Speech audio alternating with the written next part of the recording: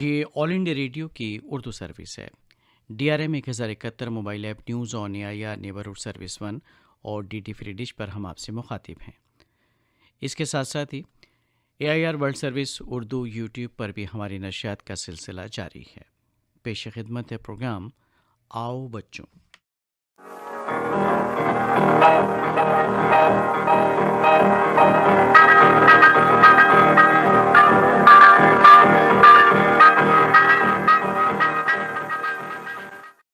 آؤ بچوں پروگرام کے سبھی ننھے پیارے پیارے دوستوں کو بہت ساری دعائیں اور نعیم بھیا کا آداب۔ ہمارے گولو مولو پیارے پیارے بچے ابھی بھی رنگ برنگے ہیں، ان کی شکلیں پہچانی نہیں جا رہی، تھوڑا اثر تو ابھی بھی باقی ہے ہولی کا۔ ارے جناب، کل ہولی منائی اور رنگوں کا یہ تہوار تھا ہولی، خوب موج مستی کی ہوگی آپ نے، خوب گجیا کھائیں، مٹھائی کھائی، اور تبھی تو آپ ہو گئے گولو مولو، اور رنگ تو ابھی بھی آپ کے چہرے پر لگا ہے۔ بھئی آپ کے نعیم بھیا نے تو پرسوں ہی ہولی کھیل لی تھی، کل تو ہم نے موج منائی، ہم چھٹی پر تھے، اور پرسوں سبھی دوستوں کے ساتھ خوب ہولی منائی، اور چھوڑا تو یوں ہمیں کل بھی نہیں، لیکن کل آپ سے ملاقات کہاں ہوئی تھی، ملاقات تو آج ہو رہی ہے، تو ہم نے سوچا کہ بھئی چلو، ویسے تو ہم پہلے بھی آپ کو مبارکباد دے چکے تھے، لیکن بلیٹڈ کہہ دیتے ہیں، ہیپی ہولی۔ اچھا بچوں، موسم کیسا لگ رہا ہے آپ کو؟ اچھا لگ رہا ہے؟ سردی سے گرمیاں آ گئیں، اور بدلتے موسم میں بہت ساری پریشانیاں بھی ہو جاتی ہیں، کئی بار آپ کی طبیعت خراب ہو جاتی ہے، تو یہ ٹھنڈے گرم والی بات ہوتی ہے۔ موسم جب تبدیل ہوتا ہے تھوڑی سی احتیاط رکھیے تاکہ آپ کی صحت بنی رہے اور آپ یوں ہی مسکراتے رہیں، اور آپ کا پڑھائی میں دل بھی لگا رہے۔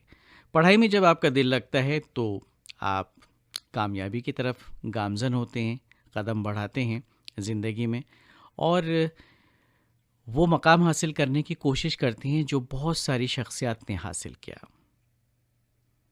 چلیے، تو وہ جو سلسلہ ہے آپ جانتے ہیں، وہ عظیم کیسے بنے، اس سلسلے کے تحت آج ہم آپ کو ایک تقریر سنوا رہے ہیں، اور یہ تقریر کس کے متعلق ہے؟ یہ تقریر ہے حب الوطنی سے متعلق، جی ہاں، قومی رہنما شہید بھگت سنگھ کے حوالے سے، اور یہ تقریر آپ کے نے لکھی ہے جناب اندلیب اختر صاحب نے۔ تو آئیے پہلے یہ تقریر سن لیتے ہیں، اس کے بعد بہت ساری باتیں ہوں گی، نغمے بھی سنوائیں گے اور آپ کے خط بھی شامل کریں گے۔ شہید بھگت سنگھ کا نام زبان پر آتے ہی کیسے جانباز وطن پرست مجاہد کا تصور ذہن میں آتا ہے، جس نے مادر وطن سے توقع غلامی اتار پھینکنے کے لیے اپنی عزیز زندگی کا ہر لمحہ وقف کر دیا تھا، اور جس نے اپنے گلے کو ہنستے ہنستے پھانسی کی نذر کر دیا۔ تختدار پر چڑھتے ہوئے بھگت سنگھ کا وہ آخری جملہ جو اس نے مسکراتے ہوئے انگریز ڈپٹی کمشنر سے کہا تھا، آج بھی ہر ہندوستانی کے لیے ایک مشعل راہ ہے۔ انہوں نے کہا تھا، ویل مسٹر مجسٹریٹ، آپ نہایت خوش قسمت ہیں کہ آپ کو یہ دیکھنے کا موقع ملا کہ انقلاب پسند ہندوستانی اپنے حصول مدعا کے لیے کس خوشی کے ساتھ موت سے بغل گیر ہوا کرتے ہیں۔ سردار بھگت سنگھ کی پیدائش ضلع لائل پور میں ہوئی تھی۔ ان کا سلسلہ خاندان ایک مشہور سردار قبیلے سے تعلق رکھتا ہے، جنہوں نے رنجیت سنگھ والیے کی قیادت میں سکھ سلطنت کی ترقی کی غرض سے مغرب کے جنگجو پٹھانوں اور مشرق میں خطرناک انگریزوں کے مقابلے میں دل و جان سے کوشش کی۔ سردار بھگت سنگھ کے دادا سردار ارجن سنگھ کی عمر جب 80 سال کی تھی تو بھی وہ لاہور کانسپریسی کیس میں کافی دلچسپی لے رہے تھے۔ شہید بھگت سنگھ کی دادی شریمتی جے کنور ہندو سماج کی ایک عقلمند اور دلیر خاتون تھی، جنہوں نے اپنے بیٹوں اور پوتوں کی پرورش کی بار نہایت خوبی اور مستقل مزاجی سے انجام دیا۔ صرف 14 سال کی عمر میں ہی بھگت سنگھ کے دل میں ان کو مادر وطن کی خدمت کرنے پر مجبور کر دیا تھا، چنانچہ انہوں نے پنجاب کی چند باغیانہ سوسائٹیوں میں کھل کر حصہ لینا شروع کر دیا۔ 1922 میں جب ترک موالات کی تحریک میں کچھ کمزوری پیدا ہوئی تو نوجوان دلوں میں ایک اضطراب سا پیدا ہو گیا، اور اصل میں یہی باغیانہ جماعتوں کے ظہور کا سبب بنا۔ 1914-15 کے لاہور کانسپریسی کیس کے سلسلے میں سکھوں نے جو قربانیاں دی تھیں، ایسی جماعتوں کے نشود نما میں بہت زیادہ مدد کی، اور اس کا اثر بھگت سنگھ کے دل و دماغ پر ایسا پڑا کہ تاحیات وہ کسی طرح زائل نہ ہو سکا۔ جب سرکاری محکمہ خفیہ نے اس تنظیم کا پتہ لگا لیا اور اس کے ممبران کو گرفتار کرنا شروع کیا تو بھگت سنگھ اپنے جارحانہ تحریک جاری رکھنے کی غرض سے پنجاب چھوڑ کر کانپور میں بود باش اختیار کر لی۔ کانپور میں بھگت سنگھ کی زندگی کا ایک نیا باب کھلا، کیونکہ یہاں پہلے سے ہی ایک منظم باغیانہ تنظیم کا وجود عمل میں آ چکا تھا۔ اس تنظیم کی بنیاد وطن پرست نوجوان سچندر پال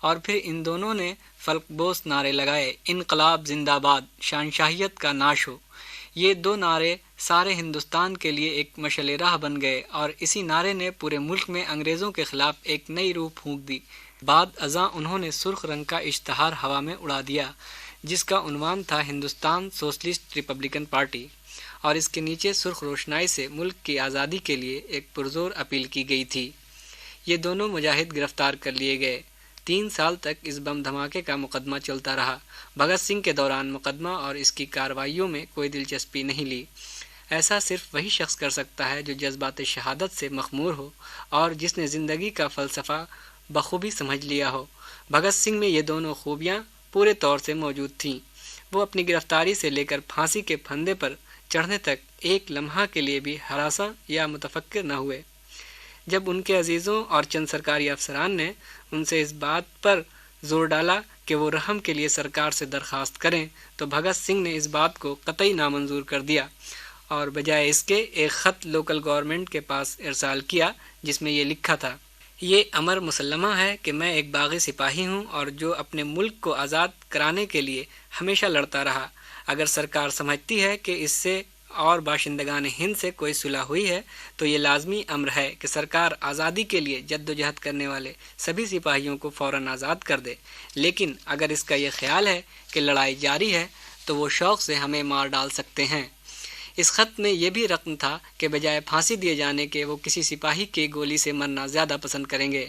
ایک سپاہی کے لیے اس طرح جان دینا زیادہ مناسب ہے۔ 23 مارچ 1931 کی وہ تاریخی گھڑی آ ہی گئی جب ہندوستان کا ایک جانباز اور دلیر سپاہی اپنے ملک کو آزاد دیکھنے کا سپنا لیے ہوئے ہنستے ہنستے اپنے گردن کو پھانسی کے پھندے کے حوالے کر دیا۔ پھانسی کے 15 منٹ پہلے اور 15 منٹ بعد جیل کا احاطہ انقلاب زندہ باد کے فلک بوس نعرے سے گونجتا رہا۔ بھگت سنگھ اور اس کے بہادر ساتھیوں نے نہایت شجاعت اور استقلال کے ساتھ موت کو اپنے گلے لگا لیا۔ سارے ملک میں پھانسی کی خبر جنگل کی آگ کی طرح پھیل گئی۔ عوام میں انگریزی سامراجیت کے خلاف غصہ اور شدید ہو گیا۔ آزادی کی جنگ ایک نئے قوت اور حوصلے کے ساتھ آگے بڑھنے لگی۔ اس حادثے کے بعد ملک کا ہر نوجوان ملک کو غلامی کی زنجیر سے نجات دلانے کے لیے اپنی جان کی بازی لگانے کو تیار تھا، اور اس طرح بھگت سنگھ ہم ہندوستانیوں کو ایک لافانی سبق دے گیا، ایک کبھی نہ مٹنے والا نقش اپنے پیچھے چھوڑ گیا۔ اصل چیز جو انسانوں کو دوسرے حیوانات سے الگ کرتی ہے وہ اس کا جذبہ ایثار اور قربانی اور اس کی بے غرضانہ نفس کشی ہے، اور یہ جذبہ جس میں جتنا زیادہ ہوتا ہے وہ اتنا ہی زیادہ قوم پرست اور وطن پرست ہوتا ہے۔ اس حقیقت سے انکار نہیں کیا جا سکتا کہ دنیا میں ہر روز بھگت سنگھ پیدا نہیں ہوتے، لیکن یہ بھی حقیقت ہے کہ جب بھی کبھی کوئی بھگت سنگھ پیدا ہو جاتا ہے تو بڑی سے بڑی قوت کی بنیاد کو ہلا کر رکھ دیتا ہے اور اپنے پیچھے ایک ایسی چنگاری چھوڑ جاتا ہے جس کو بھڑکانے کے لیے کسی تیز تند ہوا کی ضرورت نہیں ہوتی ہے۔ بھگت سنگھ کی ہستی کی بقا صرف اس کی موت میں پنہا تھی، اور اس کی اصل زندگی کی ابتدا اس وقت ہوئی جس وقت اس نے اپنے گلے میں پھانسی کا پھندا ڈالا۔ بھگت سنگھ کی شہادت ہمیں یہ سبق دیتی ہے کہ ہم بھی ملک اور قوم کی خدمت کے لیے اپنی جانوں کی قربانی چڑھانے میں جھجک محسوس نہ کریں، کیونکہ زندہ قومیں اپنے ملک اور قوم کی وفاداری کے لیے اپنے جانوں کی بازی لگانے سے کبھی پیچھے نہیں ہٹتی۔ انقلاب زندہ باد، بھگت سنگھ زندہ باد۔ تو ایسے تھے ننھے دوستوں ہمارے قومی رہنما شہید بھگت سنگھ، جنہوں نے ہنستے ہنستے اپنی جان کی بازی لگا دی اور ملک کو آزاد کرانے میں ایک اہم رول ادا کیا۔ اور یہی وجہ ہے کہ ہمارے جتنے بھی قومی رہنما ہیں انہوں نے بڑی جد و جہد کی اس ملک کو آزاد کرانے کے لیے، اور آج ہمارا ملک آزاد ہے اور ہم سب اس آزاد ملک کے باشندے ہیں، آزاد فضاؤں میں سانس لیتے ہیں۔